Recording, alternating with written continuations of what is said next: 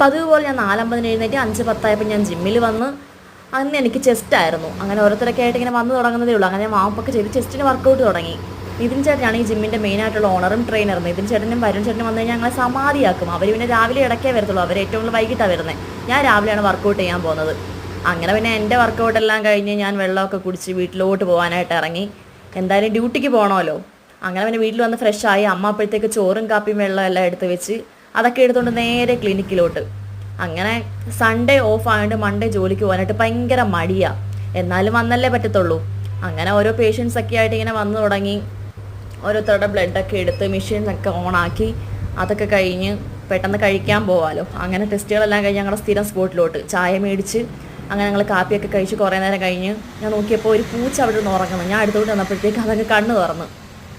അങ്ങനെ പിന്നെയും കുറേ പേഷ്യൻസൊക്കെ വന്ന് ബ്ലഡ് ടെസ്റ്റൊക്കെ ചെയ്ത് അങ്ങനെ ലഞ്ച് കഴിക്കാനുള്ള സമയമായി. അങ്ങനെ പിന്നെ ലഞ്ചൊക്കെ കഴിച്ച് കഴിഞ്ഞ് ഇന്ന് ഞങ്ങൾക്ക് ഒ പി ഉണ്ട്. ഒ പി ഉള്ള ദിവസം ലേറ്റ് ആവും. 7 മണി 8 മണിയൊക്കെ ആവും വീട്ടിൽ പോകണമെങ്കിൽ. വരുന്ന പേഷ്യൻസിനെല്ലാം ബി പിയും വെയിറ്റും ഒക്കെ നോക്കിയിട്ട് വേണം നമ്മൾ ഡോക്ടറിൻ്റെ അടുത്തോട്ട് വരാൻ. അങ്ങനെ ഇഷ്ടംപോലെ പേഷ്യൻസ് ഉണ്ടായിരുന്നു. ബ്ലഡ് കണ്ടില്ലേ ഇരിക്കുന്നത്.